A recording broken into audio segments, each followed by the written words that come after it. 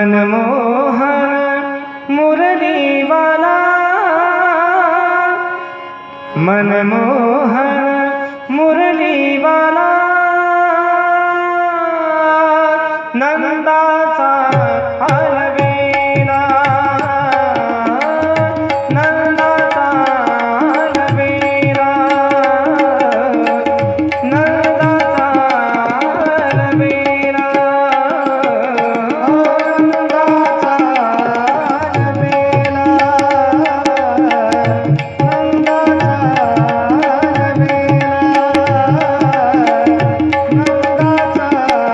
अलबेला, मनमोहन मुरली वाला, मनमोहन मुरली वाला, नंदाचा अलबेला, नंदाचा अलबेला, नंदाचा अलबेला,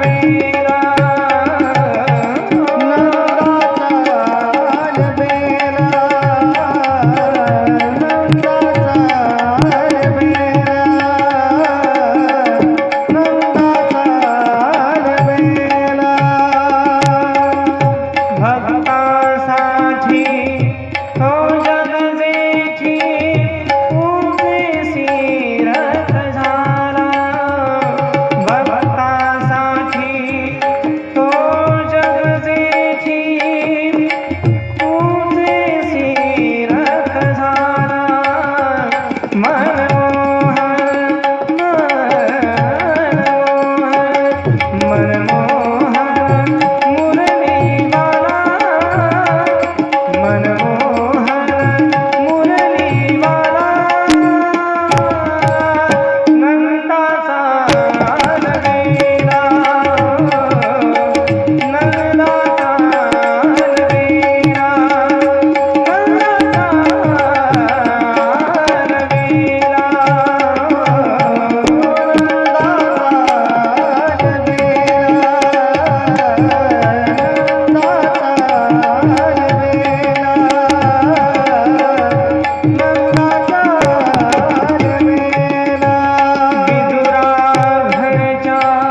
भक्षोणी करा, विदुरा घरच्या भक्षोणी करा, परमानंदे झाला, परमानंदे झाला, मनमोहन मुरली वाला, मनमोहन मुरली वाला, नंदाचा अलबेला, नंदाचा अलबेला, नंदाचा अलबेला, नंदाचा अलबेला,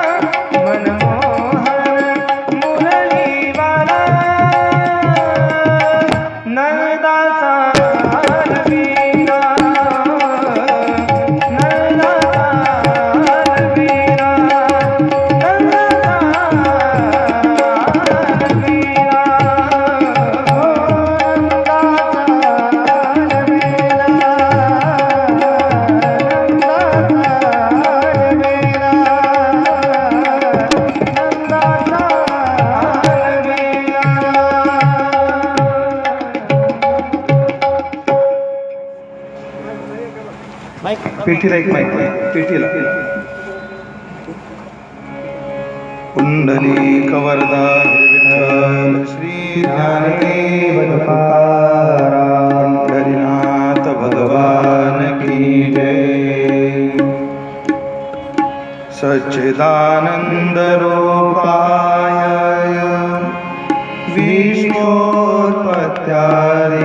विश्वोत्पत्त्यादिहेतवे तापत्रय विनाशाय श्रीकृष्णाय वयं नमः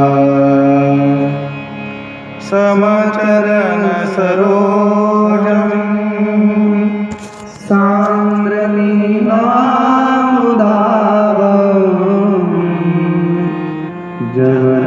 जगन्नितपाणिं मण्डनं मण्डनानां तरुण तुलसीमाला कञ्जनं कञ्जनेत्रं सदयधवलहासं विठ्ठलं चिन्तयामि कलावज्ञ जीवो धरातावतारम् कलाङ्काङ्कतेजो दिकामोदिवक्त्रम् खरारीशवादा पनोदार्यदक्षम्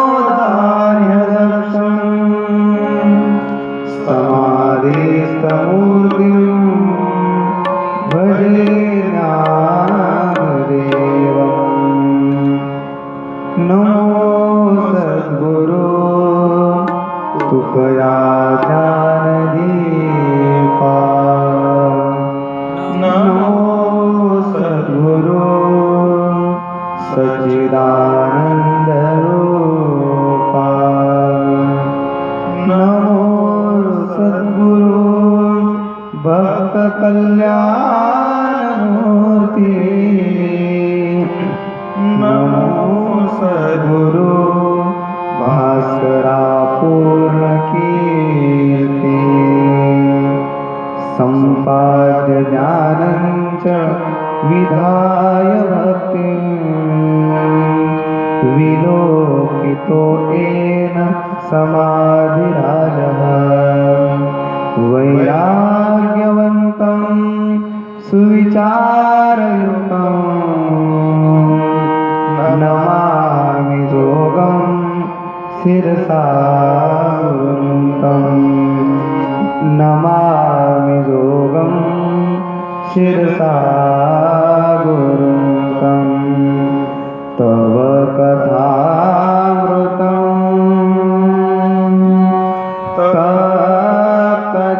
तप्तजीवनं कविविरहितं कल्मषापहम्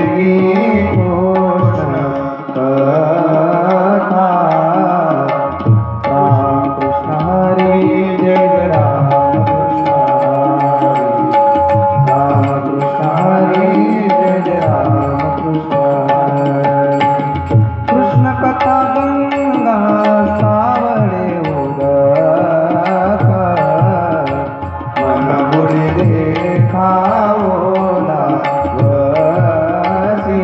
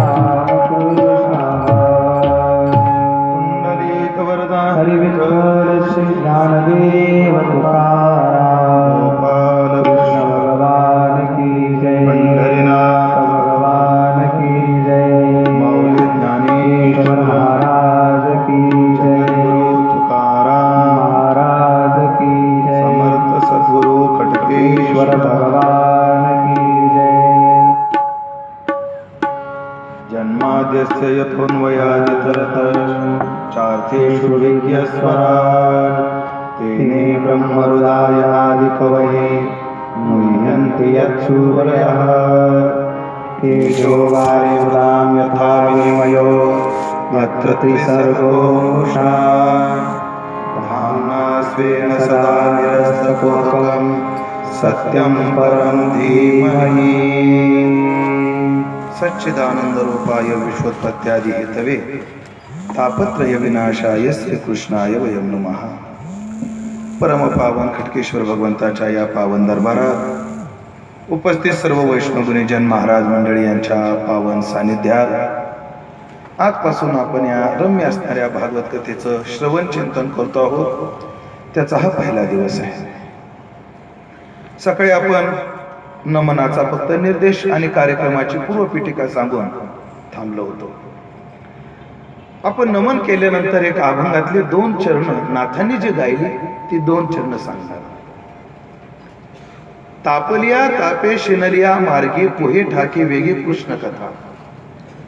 श्रीमद भागवत कथा म्हणजे कृष्णाची कथा आहे. कृष्ण स्वरूपाला प्राप्त झालेल्या भगवत भक्तांची कथा आहे. ही कथा काय करते? तापलिया तापे, संसाराच्या तापनाने तापलेला जीव, आणि शिनलिया मार्गी म्हणजे साधना करून शिनलेला साधक. साधक शिनले साधन साधिता अभागी, आणि संसाराच्या तापे तापलो मी देवा. तापलिया तापे शिनलिया मार्गी. माणसाला शिन कधी होतो, ताप कधी होतो? हा मॉनिटर बंद आहे का दादा? हा, याचा आवाज नाही येत मला. एकाच बाजून आवाज आल्यासारखा वाटतो. काय? आपण ज्या उद्देशाने जे काम करतो ते फळ जर त्याच्यातून मिळत नसेल तर माणसाला काय होतो? उद्विग्नता निर्माण होते, ताप निर्माण होतो. त्याचा थोडा आवाज वाढतो मॉनिटरचा. संसाराच्या क्षेत्रामध्ये आम्ही एवढी खटपट करतो. किती संसाराकरता झटतो आम्ही. परमार्थाकरता कमी झटतो, संसाराकरता जास्त झटतो. ज्ञानोबाराच्या चरणाचा जरा विपर्यास करून जर वापरायचं असेल तर ज्ञानोबारा म्हणतात, सायासे करीसी प्रपंच दिननिशी. सायासाने करतो, रात्रंदिवस करतो, पण काय करतो? प्रपंचच करतो. पण प्रपंचात आम्ही जेवढे कष्ट करतो तेवढ्या प्रमाणात सुख नाही लाभत. आम्ही ज्या प्रमाणात संसाराकरता झटतो तेवढ्या प्रमाणात संसार आम्हाला समाधान करत नाही आमचं. ही वस्तुस्थिती आहे. आणि मग त्याचा ताप निर्माण होतो. परमार्थात हे तसंच आहे. साधना करूनही जेव्हा परमात्मा भेटत नाही तेव्हा साधकाला शीण होतो. ज्ञानोबाराची एक विरहिणी आहे. ज्ञानोबारा म्हणतात,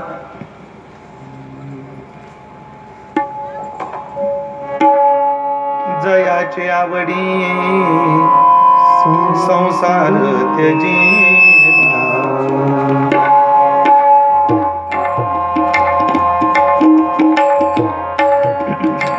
जयाचे आवडी संसार त्यजेला, आवडी संसार त्यजेला, जेने का बोला धरी लागे माये, तेने का बोला धरी लागे माये, तेने का बोला धरी लागे माये, तेने का बोला धरी लागे माये, जयाचे आवडी संसार त्यजेला, जयाचे आवडी संसार त्यजेला, जयाचे आवडी संसार त्यजेला, जयाचे आवडी संसार त्यजेला. जयाची आवडी संसार त्यजेला. ज्याच्या आवडी करता संसाराचा त्याग केला आणि तेने का बोला घरी लागे माये. बाई सखे, ज्ञानाई आपल्या सखीला सांगते, संसारामध्ये खूप ताप होता. काळी तिंदरा घरी सासऱ्याचा जाच मला भारी, सासू मोठी भांडखोर. एकदा आवाज सेट करा बरं. हॅलो संतोष महाराज, तुमचा आवाज बघा. हॅलो हॅलो हॅलो यांचा मॉनिटर मध्ये आवाज नाही. Hello hello hello hello monitor मध्ये आवाज नाही संतोष भाऊचा. Hello hello hello hello hello hello hello hello hello महाराज जर एक माईक द्या ना. ठीक. हॅलो हॅलो फक्त शिट्टी नका वाजू देऊ. आता शिट्ट्या मारणं काही चांगलं लक्षण नाही.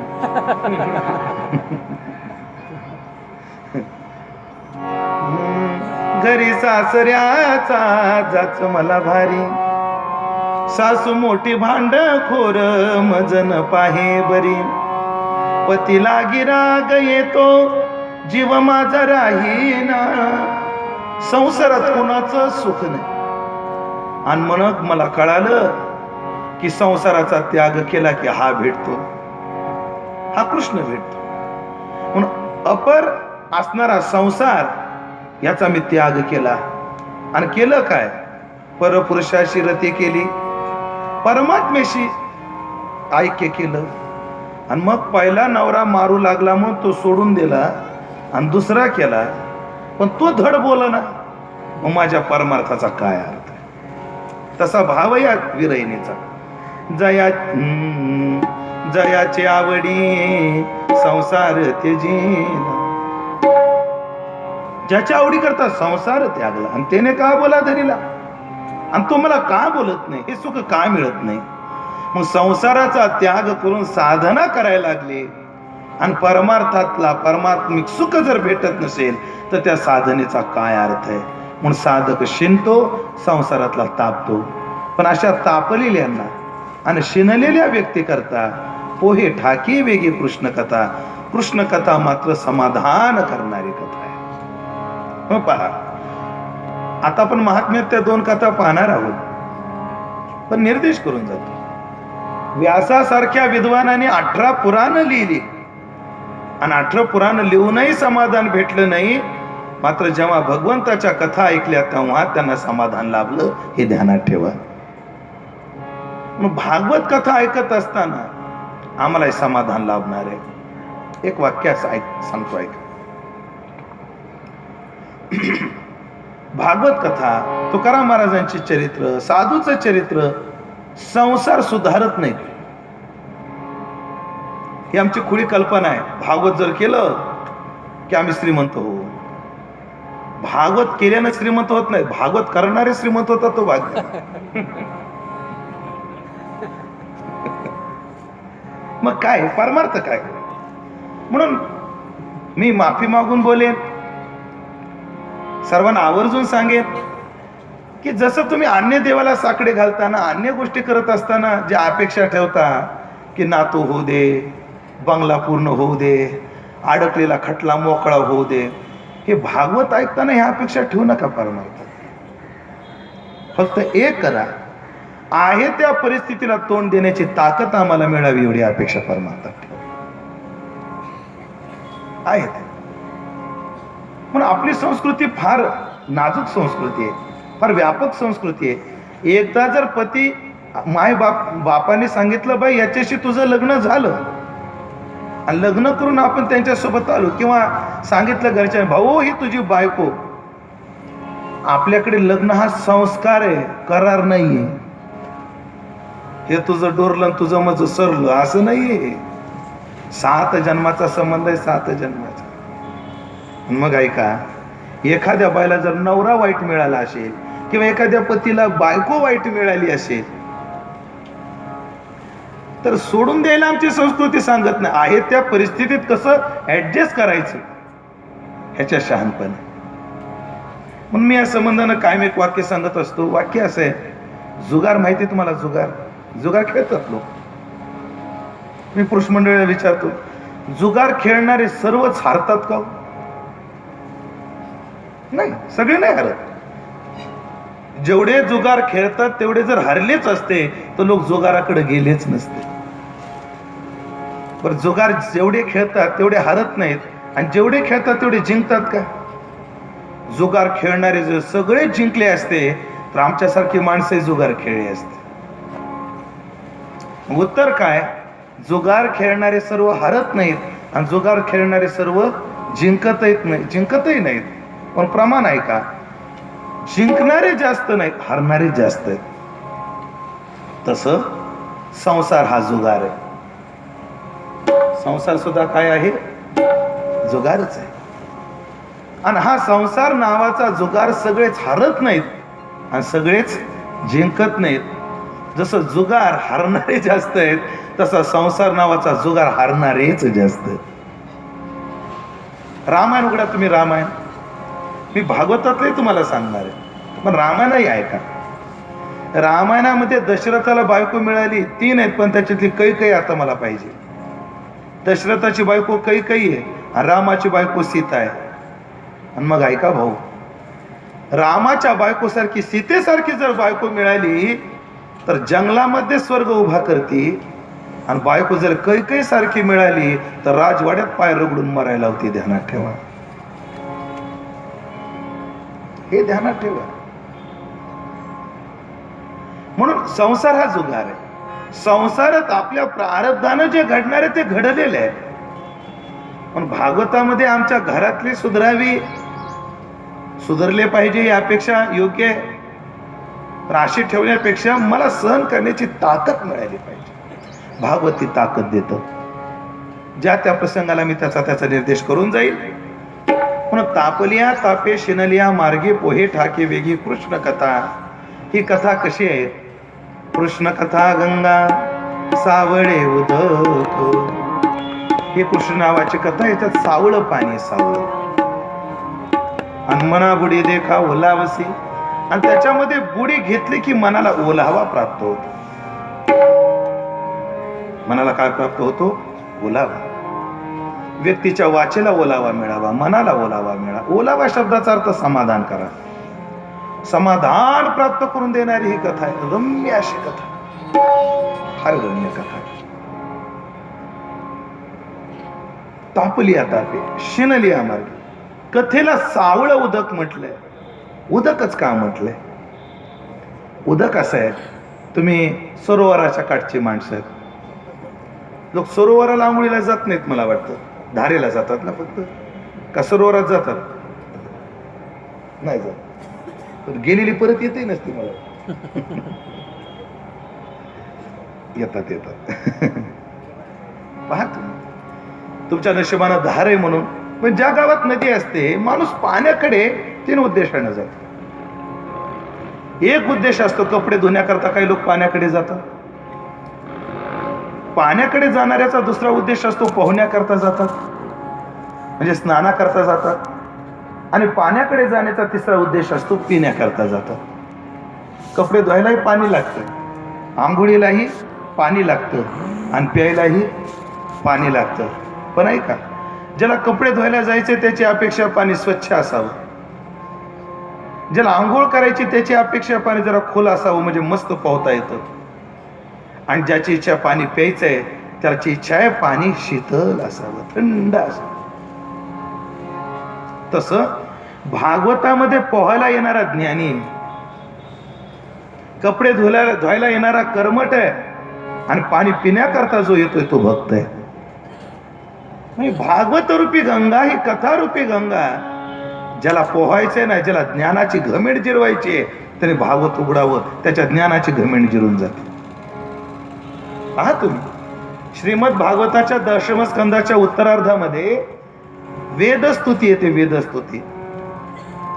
डोकं गरम होतं, डोकं गरम, वाचताच येत नाही, अर्थ कधी सांगायचा. भागवताच्या 4th स्कंदामध्ये पुरंजन आख्यान येतं. सांगणाऱ्यांना ऐकणाऱ्याला घाम फुटतो, असं आहे. भागवतामध्ये 5म स्कंदामध्ये खगोलशास्त्राचं वर्णन येतं. अजून चांगल्या चांगल्या विद्वानाला तिथं दळा शिजलेली नाहीये. ज्ञानाची घमंड जिरते. ज्यांना या भागवत कथेत कृष्ण कथेत पोहायचंय, ज्या ज्ञानांना पोहायचंय त्यांना पोहण्याकरता खोली आहे. ज्यांना इथून कपडे धुवायचे, आपल्या अंतकरणाच्या चादरी धुवायच्या. माझी गोधडी झाली जुनी, माझी गोधडी झाली जुनी, हिला हो धुवून आणा कोणी, हिला हो धुवून आणा कोणी, हिला हो धुवून आणा कोणी. माझी गोधडी झाली जुनी, माझी गोधडी झाली जुनी, हिला धुवून आणा कोणी, हिला धुवून आणा कोणी, हिला धुवून आणा कोणी. माझी गोधडी झाली जुनी, माझी गोधडी झाली जुनी, हिला हो धुवून आणा कोणी, हिला हो धुवून आणा कोणी, हिला हो धुवून आणा कोणी, हिला हो धुवून आणा कोणी, हिला धुवून आणा कोणी, हिला धुवून आणा कोणी. ही धुतली हरिश्चंद्राने, ही धुतली हरिचंद्राने, तारामतीने सारे तारामतीने सारे. हिला मळवून हो कोणी, हिला मळवून हो कोणी. माझी गोधडी झाली जुनी, माझी गोधडी झाली जुनी, माझी गोधडी झाली जुनी, झाली जुनी, झाली जुनी. माझी गोधडी झाली जुनी. खरं तर हा अभंग तुकडोजी महाराजांचा आहे, हा काही ज्ञानोबा तुकोबांचा नाही, पण मला खूप आवडतो, खूप आवडतो. माझी गोधडी झाली जुनी. किती गोधड जुनं झालं, आपलं अंतकन रूपी गोधड किती जुनं झालं. हेच गोधड आम्हाला पांघरण्याकरता उपयोगाला आलं डुकराच्या जन्मात, कुत्र्याच्या जन्मात. मागच्या जन्मी आम्ही कोण होतो काय माहिती. खूप जुनं झालं. आणि मळाले, कशाने मळाले? काम क्रोधादी विकाराने मळाले. आणि मग हे जर धुवायचं असेल तर कृष्ण कथा नावाच्या गंगेत धुवून टाका. ज्याला धुवायचंय ते धुवूनही जात. म्हणून किती विकारी माणूस असला तर कृष्ण कथेमध्ये निर्विकार बनतो. ताकद आहे या कथेची. काय आहे? संत मीराबाई अशा गल्लीतून जाऊ लागल्या, दिसायला अत्यंत देखण्या. एक तर रूप देखणं, आणि त्यात एक सांगू का, परमार्थ माणसाचं तेज वाढवतो, संसार माणसाचं तेज घालवतो. म्हणून पहा, ज्यांना परमार्थाचे संस्कार आहे त्यांचे चेहरे टवटवीत असतात. आणि संसारिकाचे चेहरे बघा, जशी रानशिनीत गौरी फोडली तोंडावर, फोडीली गोवरी आणि तैसी दिशे तोंडावर. परमार्थिकाचा चेहरा टवटवीत असतो, आनंदित असतो, चिंतन येणार विस्तार नको. का बरं? कारण ही कृष्ण कथा टवटवीत बनवते आणि संसार जीवनाचं तेज घालवतो. काम क्रोधादी विकारानं गोधडी मळालेली. मीराबाईचं चेहरा अत्यंत देखणा आणि त्याच्यामध्ये परमार्थाचं तेज. मीराबाई अत्यंत देखण्या. एक पोरानं मीराबाईकडे पाहिलं, खालच्या समाजाचा होता. घरी आला, म्हणजे लग्न करेल तर हिच्याशीच करील, नाही तर लग्नच नाही करणार. घरी आला, आई म्हणली, बाळू जेवायला बस. जेवणार नाही म्हणला. का नाही रे? लग्न केल्याशिवाय जेवणार नाही. वावा, चांगली गोष्ट आहे बाळा, तू लग्नाला आलेला आहे, तुझं लग्न करून टाकू, पण धोंड्याचा महिना तर होऊ दे. नाही नाही नाही, आधी लग्न आणि मग काय असेल ते असेल. बरं, लग्न कोण असे करायचे तुला? आणि सांगू म्हणे, काय मीराबाईशी लग्न करायचं. अरे बावळट अक्कल आहे का तुला? अंतरून पाहून तर पाय पसरत जा. अरे ती राजाची राणी, तुला राहायला घर नाही आणि तिच्याशी लग्न करायची अपेक्षा ठेवतो? नाही, लग्न करील तर तिच्याशी. 1 दिवस झालं, 2 दिवस झाला, आठवडा झालं, पोराने अन्न पाण्याचा त्यागच केला. शेवटी आईचं हृदय, त्याच्या दुःखे होय आपण खापरी. गेली मीराबाई. मीराबाईच्या पायाजवळ जाऊन रडायला लागली. मीराबाई म्हणतात, का रडताय साहेब तुम्ही? आणि काय सांगू बाई, माझ्या पोराला एक अडचण आहे. काय अडचण आहे? माझं पोरग जेवत नाही. का जेवत नाही? बा का जेवत नाही ते मी नंतर सांगते, पण औषध तुझ्या हातात आहे. म्हणजे माझ्या काय हातात आहे? म्हणजे ते म्हणतं, मीराबाईने जर लग्न केलं तर मी तिच्या जेवण करण्यात तर जेवणार नाही. मीराबाई, त्यात काय एवढं अवघड आहे? बोलवा ना त्याला, मी त्याच्याशी लग्न करायला तयार आहे. एवढा आनंद झाला त्या आईला. मीराबाई सून भेटणार आहे म्हणून नाही आनंद झाला, आज माझं पोरग भाकर खाईल म्हणून आनंद झाला त्यांना. तुमच्या पोराला घेऊन या. पोराला आणलं, बसवलं. मीराबाईने विचारलं, तुम्हाला माझ्याशी लग्न करायचंय? हो. मग माझ्यासाठी तुम्ही काय करू शकता? ते म्हणजे तुमच्यासाठी काय पण करायची तयारी. काय पण? हो. हे करणार काय? ही माळ घ्या. आणि काय करू ही माळ घेऊन? ही माळ घ्यायची आणि आतापासून उद्या याच वेळेपर्यंत फक्त श्रीकृष्ण जय कृष्ण, श्रीकृष्ण जय कृष्ण या मंत्राचा जप करायचा. करेल मला, काय हरकत नाही. पण ऐका, हे जप करत असताना मला डोक्यात नाही ठेवायचं, देवाला डोक्यात ठेवायचं. असं ते देवाला डोक्यामध्ये ठेवायचं. ठेवेल ना. आणि 24 तास देवाचं भजन करत बसला. श्रीकृष्ण जय कृष्ण, श्रीकृष्ण जय कृष्ण, श्रीकृष्ण जय कृष्ण. 24 तासानंतर मीराबाई तिथे आल्या आणि चला आता लग्न करू. मला आता लग्न नाही करायचं, आजपासून तुम्ही माझ्या गुरु आणि मी तुमचा शिष्य. आता तुमच्या संगतीत फक्त भजन करायचं. कथा जीवाला विकार रहित बनवते. काम, क्रोध, लोभ, मोह, मद, मत्सर. ऐका, हा एक समारंभ आहे, कीर्तनाचा समारंभ, निर्दंब सर्वदा. लग्न नावाचा एक समारंभ तुम्ही थाटामाटा साजरा करता. पण ऐका, माझ्या गुरुजीचं एक वाक्य फार गोड आहे. माझे गुरुजी म्हणत असतात, लग्न म्हणजे काय? विकारांचं संमेलन. कोणी कामी आहे, कोणी क्रोधी आहे. सगळ्याला भारी साडे, मलाच हलके का? क्रोध. आता मी तर समय घेऊन आले ओवाळायला, पण मला साडी कशी टाकतात की? लोभ आहे. ही माझी होणारी बायको आहे, हा काम आहे. तिच्याच अंगावर भारी साडी कशी, माझ्या अंगावर का नाही? हा मत्सर आहे. हो. आणि आता आलेले सगळे भांडे माझे होणार, हा मोह आहे. लग्नात असतं का नाही? कबूल करा, देवाच्या दारात गुडघे राहायचे नाही. अजून ठणकतील गुडघे ध्यानात ठेवला. विकाराचं संमेलन आहे. आणि कथा जीवाला विकार रहित बनवते, म्हणजे गोदड धुवून मोकळं करून टाकते. ही ताकद आहे या कथेमध्ये. पण कर्मठाला ज्याला गोदड धुवायचंय त्याने कपडे धुवायला या आणि शुद्ध होऊन जा. आणि ज्याला या शीतळ कथेचं नुसतं ग्रसपान करायचंय त्याने या फार मधुर कथा आहे. मधुर मधुर नाम राधेश्याम राधेश्याम. मधुर आहे. मीठे रस से भर्योरी राधा रानी लागे, महारानी लागे. मन कारो कारो जमुना जीरो पाणी लागे. खूप गोड आहे. गोड तुझे नाम विठोबा आवडते. हे खूप गोड आहे. म्हणून ही कृष्ण कथा गंगा खोल आहे, स्वच्छ आहे आणि शीतल आहे. म्हणून 7 दिवसात जेवढे कपडे धुवायचे धुवून घ्या, जेवढं पोहायचंय पोहून घ्या, आणि जेवढं याचं रसपान करायचं तेवढं रसपान करा.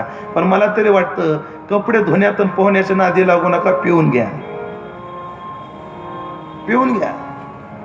म्हणून मी कथा करत असताना ज्ञानाला किती प्राधान्य देईल, कर्माला किती प्राधान्य देईल सांगता येणार नाही. पण मी भक्ती प्रधानतेनं तुमच्या समोर कथा मांडणार आहे. पण मला ज्ञानही सांगावं लागणार आहे. त्याचं कारण आहे, सध्या समाजामध्ये कथा कीर्तन करणं एवढं सोपं नाही राहिलं. लोकांना सोपं सोपं जर सांगितलं ना, लोक उठता उठता म्हणतात महाराजांनी माहित असलेलं सांगितलं राव, अभ्यासच नाही महाराजाचा. पण लोकांना न कळवासं वेदांताचे सिद्धांत जर सांगावे तर लोक म्हणतात महाराजाला अजून फोडून सांगता येत नाही. ते फोडून सांगणं काय असतं ते अजून मला कळालेलं. पण या दोन्ही गोष्टीची वेळ आपल्यावर येणार नाही याची भूमिका ठेवून आपण दोन्हीचा मध्य गाठून ह्या चिंतन सेवेला सुरुवात करतो आहोत. श्रीमद भागवताच्या सुरुवातीला दशमस आपलं श्रीमद भागवताच्या आधी पद्मपुराणांतर्गत उत्तरखंडामध्ये आलेलं हे 6 अध्यायामधलं भागवताचं महात्म्य. महात्म्य आधी काय सांगितलं? भागवत पुराण कथाला सुरुवात करायला पाहिजे होती, पण आधी 6 अध्यायामध्ये काय आलं? ग्रंथाचं महात्म्य आलं. का बरं महिमा गायला? त्याचं कारण आधी एक सांगतो, मग पुढे जातो. महिमा आधी का? त्याचं एक कारण आहे, परमार्थात भावना महत्वाची. तुम्ही परमार्थात किती काळ घालवला याला अर्थ नाही, तो कसा घालवला याला अर्थ आहे. संसार क्रिया पाहतो, परमार्थ भावना पाहतो. आणि एखाद्या विषयाची भावना कधी निर्माण होते? जेव्हा त्याच्याविषयी महिमा कळतो तेव्हा. इथून औरंगाबाद किती किलोमीटर आहे? 160. बुलढाणा 100. बुलढाणा शहर 100 आहे. आणि पंढरपूर किती किलोमीटर आहे?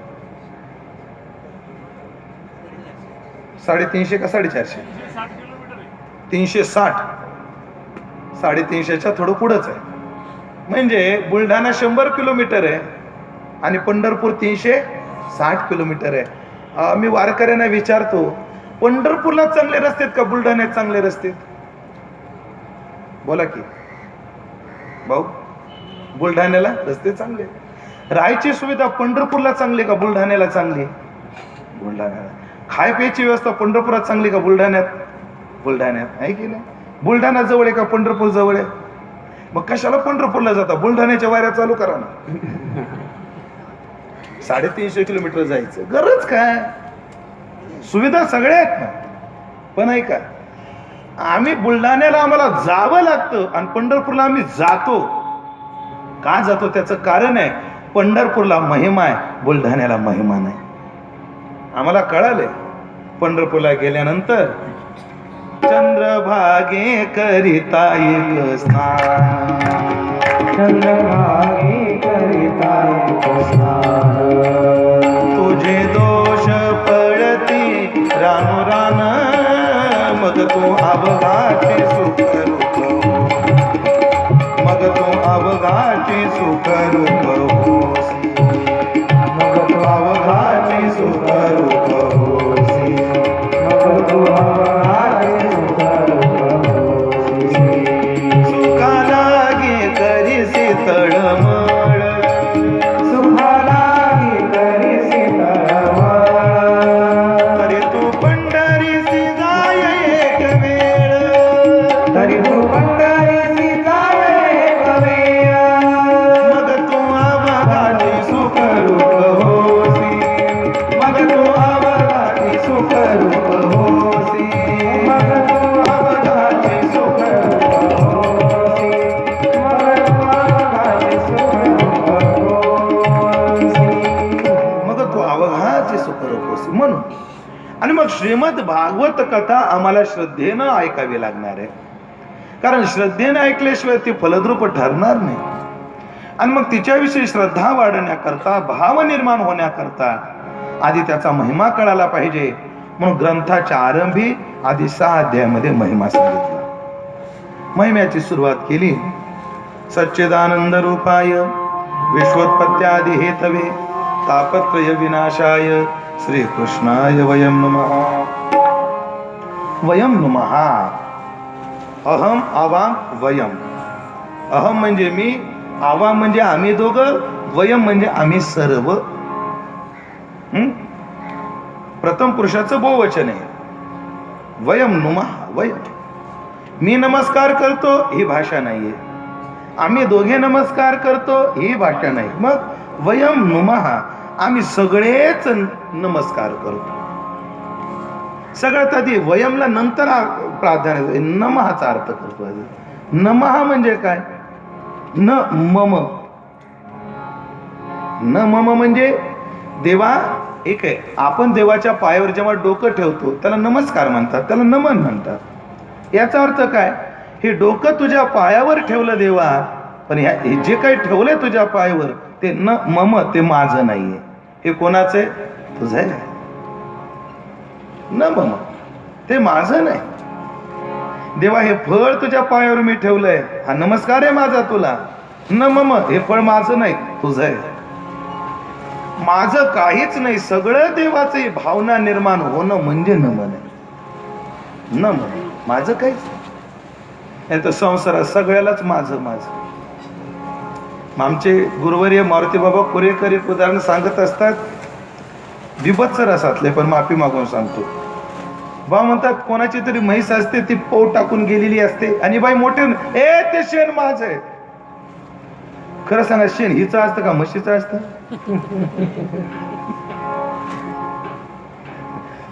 गुरुवारी मारुती बाबा उदाहरण देत असतात. शेण म्हशीचे, बाई तुझं नाही येते, मम माझं. कशावर असं? पण नमहा, नमस्कार याचा अर्थ आहे माझं काहीच नाही. कायेन वाचा मनसेंद्रियद्वा बुद्ध्यात्मना वा प्रकृती स्वभावा करोमि यज्जत् सकलं परस्मै नारायणायेति समर्पयामि. सगळं कायेनं, वाचेनं, मनानं जे काही घडतं देवा तुझं आहे, ह्याला म्हणतात नमस्कार. नमस्कार शब्दाचा अर्थ आहे नम्रता. आम्ही काय करतो? वयम नुमहा, आम्ही नमस्कार करतो. वयम नुमहा म्हणजे कोण? आम्ही सर्व. नुसते कथाकारांनी नाही, नुसत्या श्रोत्यांनी नाही, नुसत्या तबलजीने नाही, नुसत्या पेटी मास्तरनं नाही, नुसत्या गवई मंडळीने नाही, आम्ही सगळेच. नुसते मंडप सिस्टमवाले नाही, आम्ही सगळे. नुसते पंक्तीवाले नाही, आम्ही सगळे. नमस्कार का केला जातो? नमन का केलं जातं? आम्ही हाती घेतलेलं कार्य निर्विघ्नपणे पार पडावं म्हणून नमस्कार केला जातो. मी नमस्कार का करायचा? 7 दिवस मला तुमच्या समोर भागवत कथेचं चिंतन करायचंय, त्याच्यात काही विघ्न येऊ नये म्हणून. तुम्ही नमस्कार का करायचा? 7 दिवस तुम्हाला कथेचं श्रवण करायचंय, श्रवणामध्ये काय विघ्न येऊ नये म्हणून. मंडपवाल्याने का नमस्कार करायचा? या कथेला नमन का करायचं? हे मंडप सिस्टीमनं मला अडचणीत आणू नये म्हणून. गायक वादक मंडळीने का नमस्कार करायचा? की बाबा आम्ही कथेला साथ करतो, ही कथा करण्याचं आम्हाला कोणतं विघ्न येऊ नये म्हणून. म्हणून वयम नुमहा, एकट्याने नमस्कार नाही, आम्ही सगळे नमस्कार करतो. कोणाला करतो? श्रीकृष्णाय. आम्ही कोणाला करतो? कृष्णाला नमस्कार करतो. कृष्णाला, पण नुसतं कृष्ण, श्रीकृष्णाय म्हटलंय. सगळ्यात टीकाकारांनी आता श्री शब्दाचा अर्थ करत असताना राधा करायचा असं ठरवलंय. असा अर्थ आहे, आम्ही राधेसह कृष्णाला नमस्कार करतोय. मग ज्याला नमस्कार करतो त्याचं स्वरूप लक्षण काय? सच्चिदानंद रूपाय, तो सद्रूप आहे, तो चिद्रूप आहे, तो आनंद रूप आहे. सद्रूप आहे म्हणजे काय? तो नाचणारा नाही. चिद्रूप आहे म्हणजे काय? तो ज्ञानरूप आहे. आणि आनंद रूप आहे म्हणजे काय? तो आनंद रूप आहे. तो सद्रूप आहे, तो चिद्रूप आहे, तो आनंद रूप आहे. अजून काय आहे? विश्वोत्पत्त्यादी हेतवे, तो या सर्व विश्वाच्या उत्पत्तीचा हेतू आहे. वेदांनी हेच म्हटलेलं, यतो वा इमानि भूतानि जायन्ते येन जातानि जीवन्ति यत्पर्यंत विसंविशन्ति तद्ब्रह्म. किंवा ज्ञानोक्त तुकोबराय आहे म्हणतात, जयापासून सकळ महिमंडळ हे झाले. ह्या सर्व जगताला निर्माण करणारा विश्वोत्पत्तीचा हेतू जो आहे. म्हणजे विश्वोत्पत्तीचा हेतू आहे, हो हेतू आहे. मग कोणता हेतू आहे? हेतू म्हणजे कारण आहे. या जगताला निर्माण करण्याकरता तो कारण आहे. आणि मग कारण आहे तर मग कोणतं कारण आहे? उपादान कारण आहे का निमित्त कारण आहे?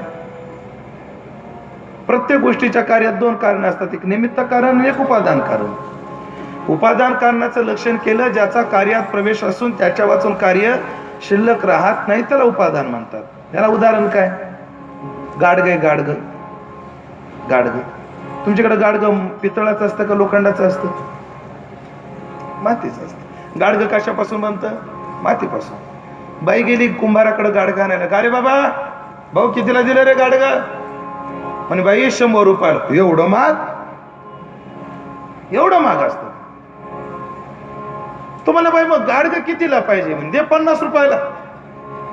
काय लागलं बाई तुला 50 रुपयाला गाडगं मागायला? अरे मातीच आहे.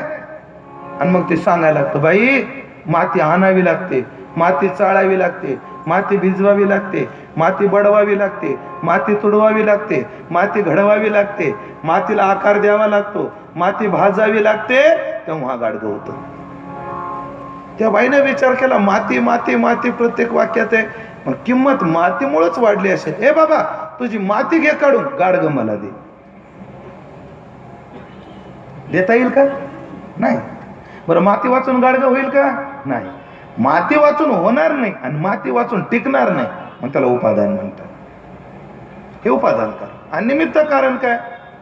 कार्य होईपर्यंतच त्याचं सहकार्य असतं. कार्य झाल्यावर ते गेलं तरी चालतं. माती गाडगं बनवायला माती आणली. कशावर आणली? गाढवावर आणली.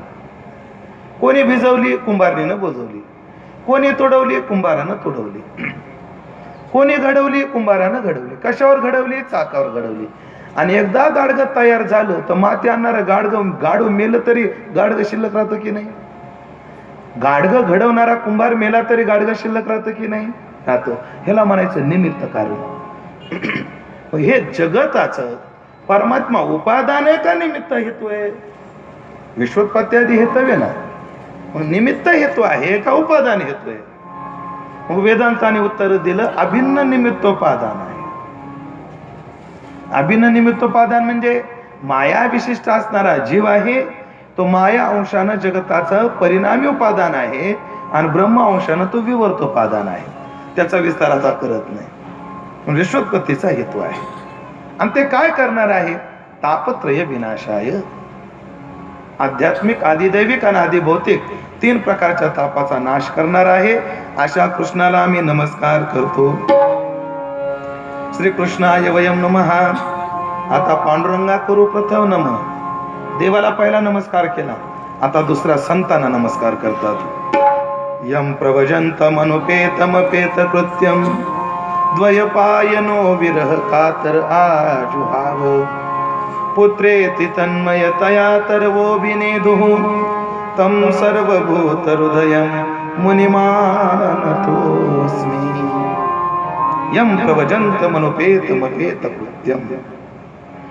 अजून उपनयनच झालेलं नाही, पण लौकिक आणि वैदिक कर्माचा ज्यांनी त्याग केलेला आहे, प्रव्रज झालेला आहे, म्हणजे संन्यासी झालेला आहे.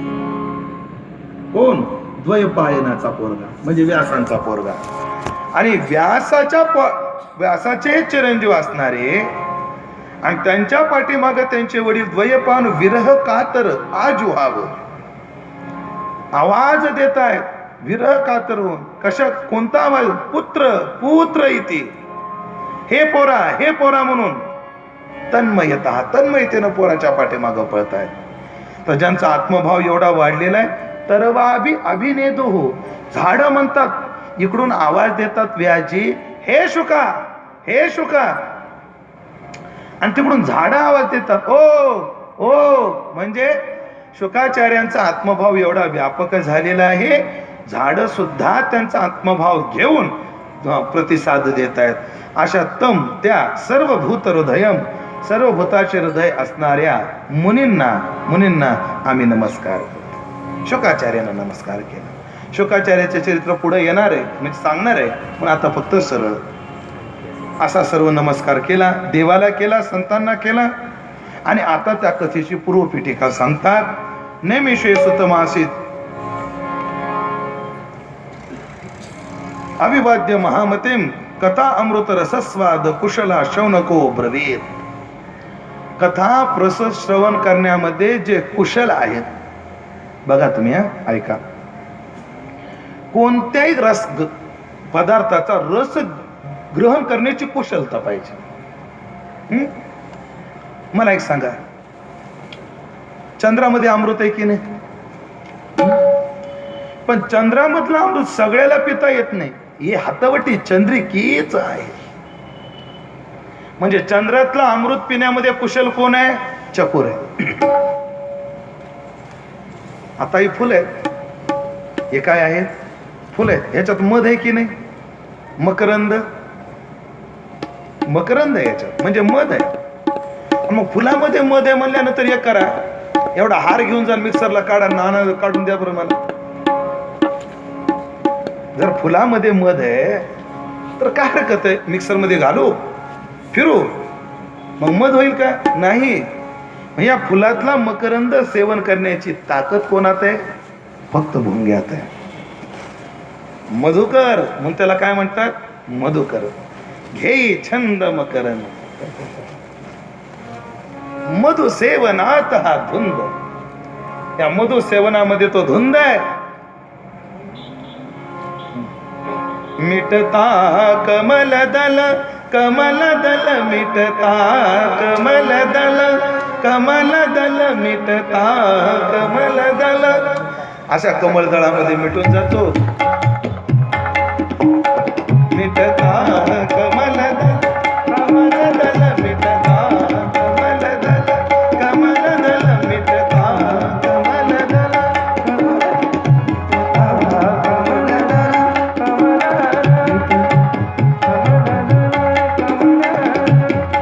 होई बंदे हा धुंद. असं एवढंच येतं मला. परी सोडीना ध्यास, गुंजनात हा धुंद, घेई छंद. ही चाल आहे शौनकजींची, आणि आधीची चाल आहे ती वसंतराव देशपांडेची. वसंतराव देशपांडेचं गाणं म्हणजे अत्यंत चंचल आहे, तेवढ्या तयारीनं आपल्याला नाही गाता यायचं. हे तरी कुठे दिवा लावता येतो? उगा आपलं वजन पाडण्यापुरतं ह्याला नाट्य संगीतातलं माहिती म्हणून तुम्हाला दाखवायचं. मकरंद घेण्याची हातवटी फक्त त्याच्यात आहे. कोणा? त्या भुंग्यात. चंद्रातला अमृत घेण्यात कुशल कोण आहे? चकोर आहे. फुलातला मकरंद घेण्यामध्ये कुशल कोण आहे? तर भुंगा आहे. मी आमच्या संगतीतल्या लोकांना सांगत असतो, वारकरी बाबा तंबाखू खाऊ नका, तंबाखू वाईट आहे. त्यांची सुटत नाही. म्हणून मी एकदा प्रश्न पडला, मला का सुटत, अशी नेमकी काय चव असते? म्हणून एके दिवशी मी हातावर घेतली, चोळून पाहिली आणि त्यांच्यासारखी अशी वटात ठेवून पाहिली, तर मला तर काहीच चव लागली नाही. बघ त्या तंबाखूत मला तर काही चव लागली नाही. आणि मग हे घेतात का? महाराज तुम्हाला त्याची चव कळणार नाही. म्हणजे ही हातवटी चंद्रिकीच आहे. म्हणजे तंबाखूतली चव घेण्याची ताकद त्यांच्यात, त्याच्यात कुशल आहे.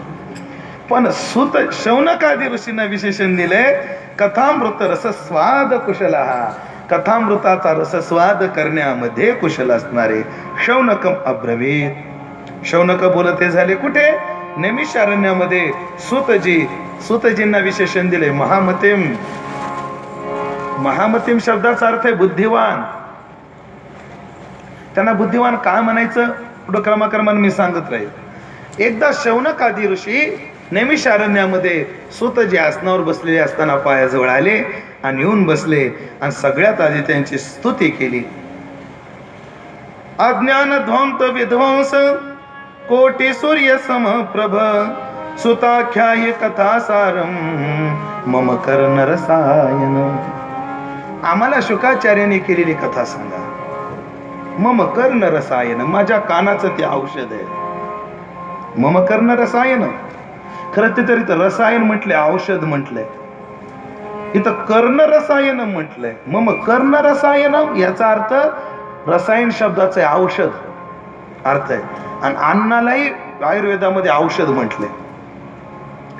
तुम्ही खेड्यापाड्यात बोलता बोलता बाय एक मन म्हणतात, पुरुष म्हणतात अन्न तारी आणि अन्न मारी. अन्न तारतही आणि अन्न मारतही. प्रमाणात खाल्लं तर तारत आणि प्रमाणाच्या बाहेर खाल्लं की मारत. प्रमाणात खावं कोणतं. आमच्या एका वारकऱ्याने, आमच्या एक सोबतचा एक जोडीदार आहे, तो एका घरी गेला, मला बाई पुरणपोळ्या कर. बाई मोठी सुगरण. तिनं पुरणपोळ्या करण्याकरता बाजरी शिजायला घातली. शिजलेली बाजरी उपसली, चांगली वाटली, त्याच्यात गुळ टाकला आणि सुंदर असं बाजरीचं पुरण केलं.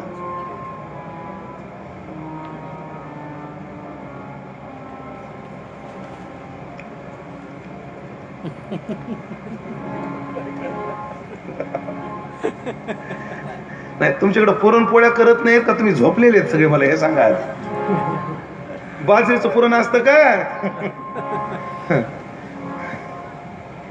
पुरणपोळ्या केल्या आता पुरणपोळ्या केलं गुळवणीची वाटी हे म्हणे गुळवणी सोबत खात नाही म्हणलं. मग बाईनं दूध ठेवलं हे दुधासोबत खात नाही म्हणे खाणार कशा खाईन तर तुपाशी नाही तर उपाशी. मग तुपाचीच वाटी ठेवली 5-6 वाट्यात पोळ्या आणि तुपात चुरून खाल्ल्या होती आणि खाल्ला असं कूलर लावलं आणि मस्त झोपला.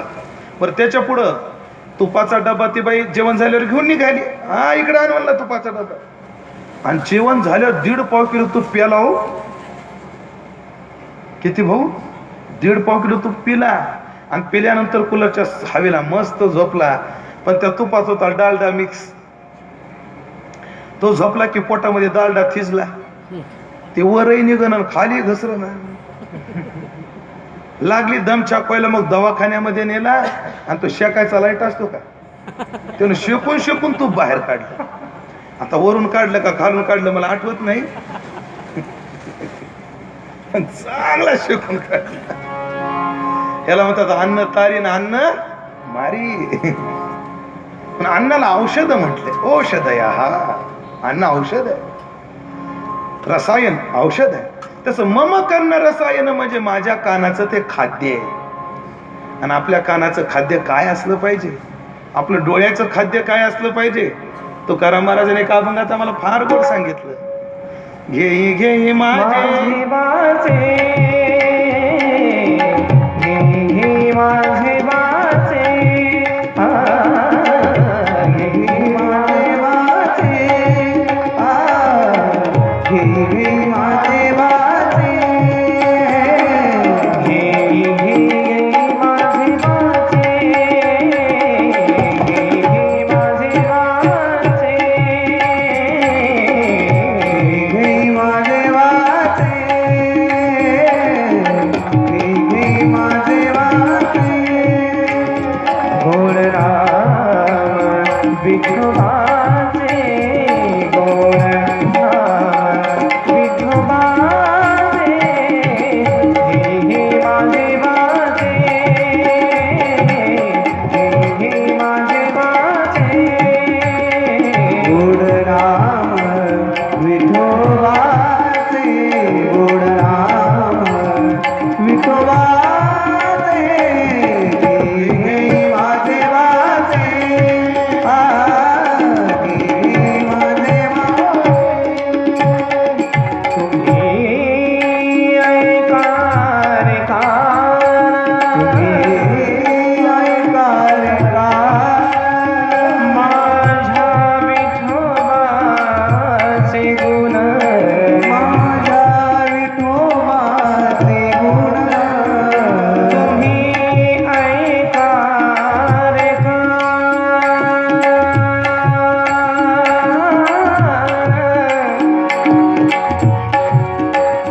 डोळे तुम्ही घ्या रे सुख विठोबाचे मुख पहा विठोबाचे मुख पहा विठोबाचे मुख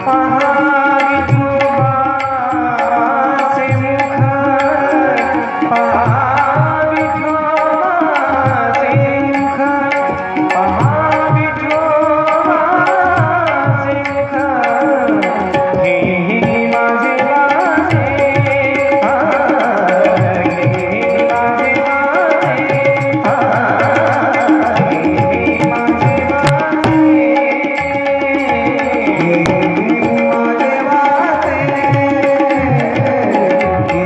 माझे वाचे घे माझे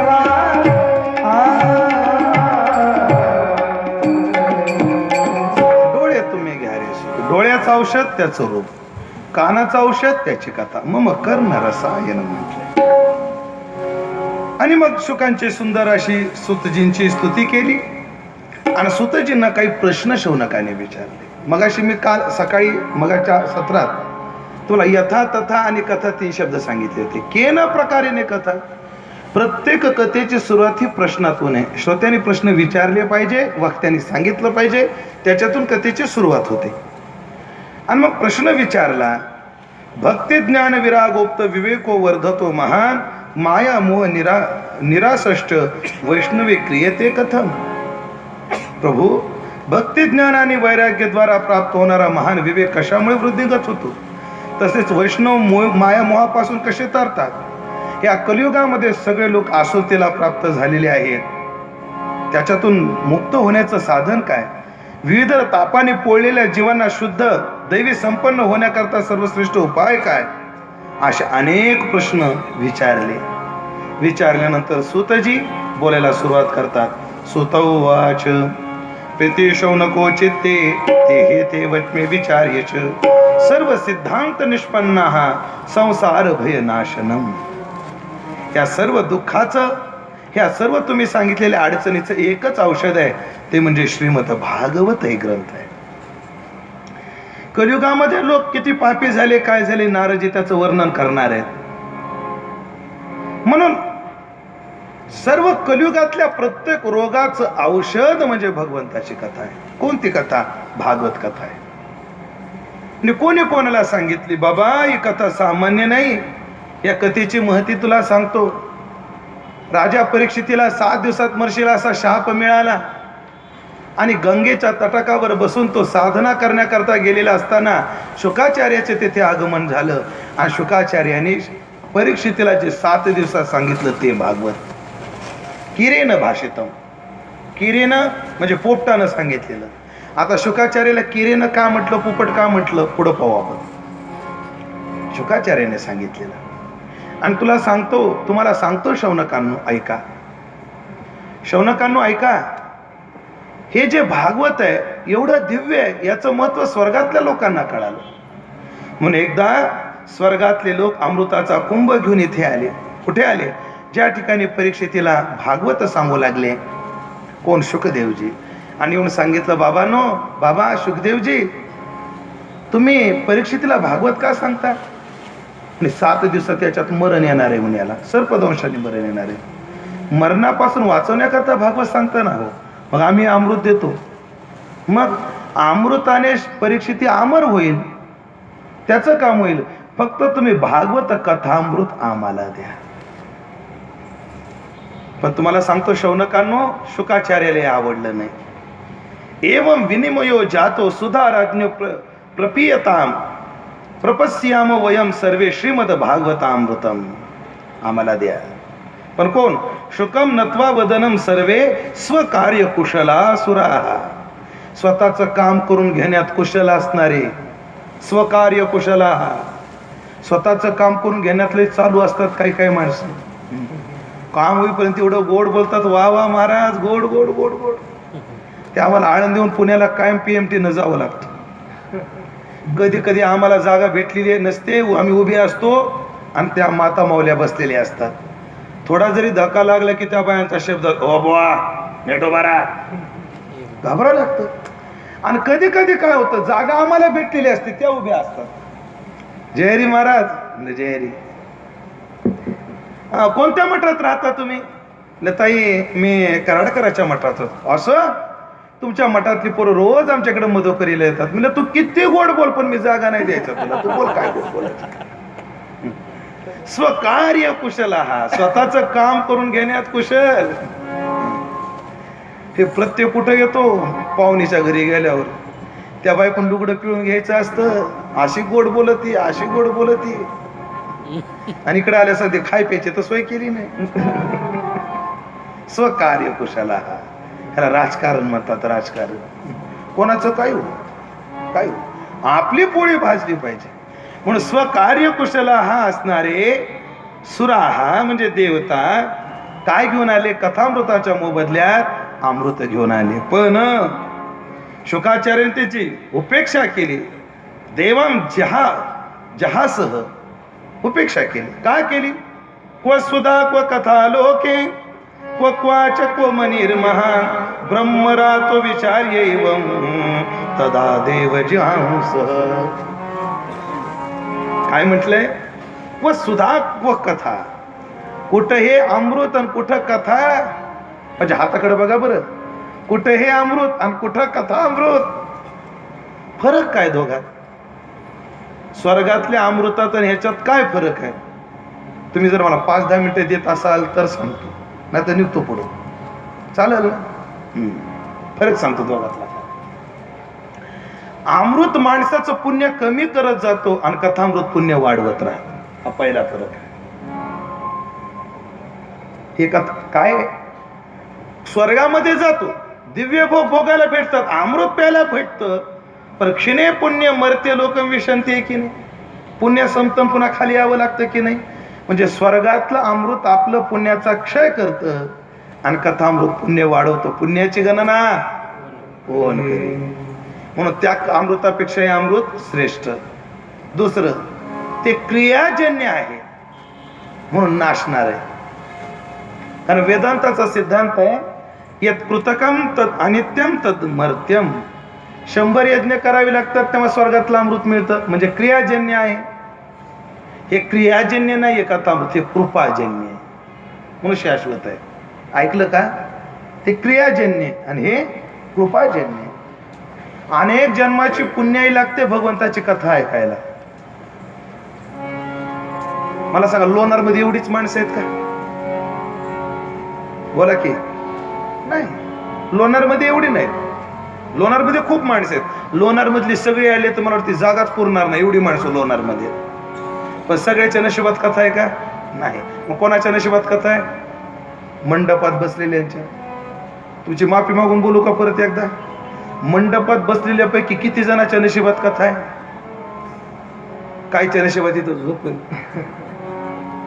कायच्या नशिबात चपलाकडे लक्ष आहे, कायच्या लक्षामध्ये संसार आहे. म्हणून दुर्लभ आहे कथा. भगवंताची कथा कधी ऐकायला भेटते? देवाची कृपा झाली तर ऐकायला भेटते. ध्यानात ठेवा. म्हणून स्वर्गातलं अमृत क्रियाजन्य आणि कथामृत हे कृपाजन्य. ते क्रियाजन्य असल्यामुळे नाशवान आहे आणि कृपाजन्य असल्यामुळे अविनाशी आहे. अजून सांगू, स्वर्गातलं अमृत विटत, हे अमृत अविट आहे. अविट अमृत हरिकथा माऊली असं प्रमाण आहे. हे अविट आहे, विट नाही. अजून एक फरक सांगतो. स्वर्गातलं जे अमृत आहे ते विटतं, हे विटत नाही. एवढाच फरक नाही, अजून एक फरक त्याचा महत्वपूर्ण असा आहे, स्वर्गातलं अमृत प्यायला भेटत नाही. तुमच्या माहितीच तो सांगतो. स्वर्गामध्ये अमृत कोण म्हणतं प्यायला भेटतं? भेटत नाही. प्यायला भेटलं असतं तर आतापर्यंत संपून गेलं असतं ना ते अमृत. अमृत जशाला तसं आहे. मग स्वर्गात होतं काय? ब्रह्मसूत्रामध्ये संकल्पात एव श्रुते असं एक सूत्र आलंय आणि त्या श्लोकात त्या सूत्राचा अर्थ असा आहे, स्वर्गामध्ये अमृत प्यायला नाही भेटत, मग स्वर्गामध्ये उर्वशी ती भोगायला नाही भेटत, आणि मग फक्त मनामध्ये आलं मला उर्वशीचा भोग भेटावा, की उर्वशीच्या भोगानं जे सुख मिळणार आहे ते सुख मिळतं. प्रत्यक्षात उर्वशी भोगायला नाही भेटत. म्हणजे सोपं उदाहरण बोलू का? हे काय? बोला की जरा मोठ्याने. कशाची आहे? हा, ते लवकर म्हणा. पाण्याची बाटली आहे. हे काय आहे? पाण्याची बाटली. मला तहान लागली. आपल्याला काय करावं लागतं? मला तहान लागली असं म्हटल्यानंतर बाटली उचलावी लागते, त्याचं झाकण उघडावं लागतं,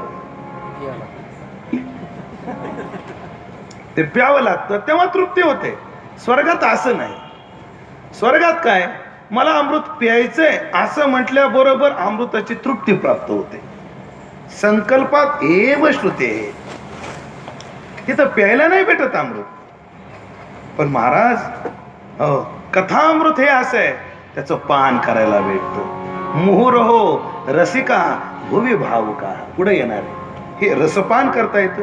म्हणून जहांस आणि इतरचा फरक सांगायचा ठरला तर क्वस्वदा कथा लोके, आणि दृष्टांत क्वहाचे कोमनीर महान.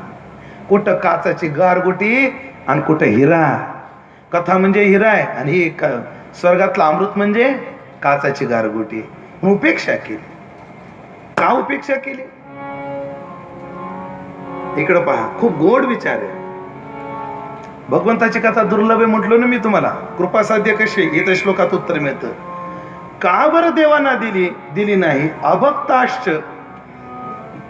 अभक्तास्तांश विज्ञाय न ददौस कथामृतम. हे देव अभक्त आहेत म्हणून दिली नाही. भक्त असते तर दिली असते, पण अभक्तांश विज्ञाय हे अभक्त आहेत म्हणून दिली नाही. कारण श्रीमद भागवती वार्ता सुरानामपि दुर्लभा. देवांना सुद्धा ती दुर्लभ आहे. मग ऐका शौनकांनो, देवांना दुर्लभ आहे पण तुम्ही प्रश्न विचारल्यानं आता कथा आपल्याला सुलभ होते. काय दिव्य कथा आहे. तुम्हाला सांगतो शौनकांनो या कथेची महती. राज्ञो मोक्ष तथा वीक्षपुरा धातापि विस्मितः.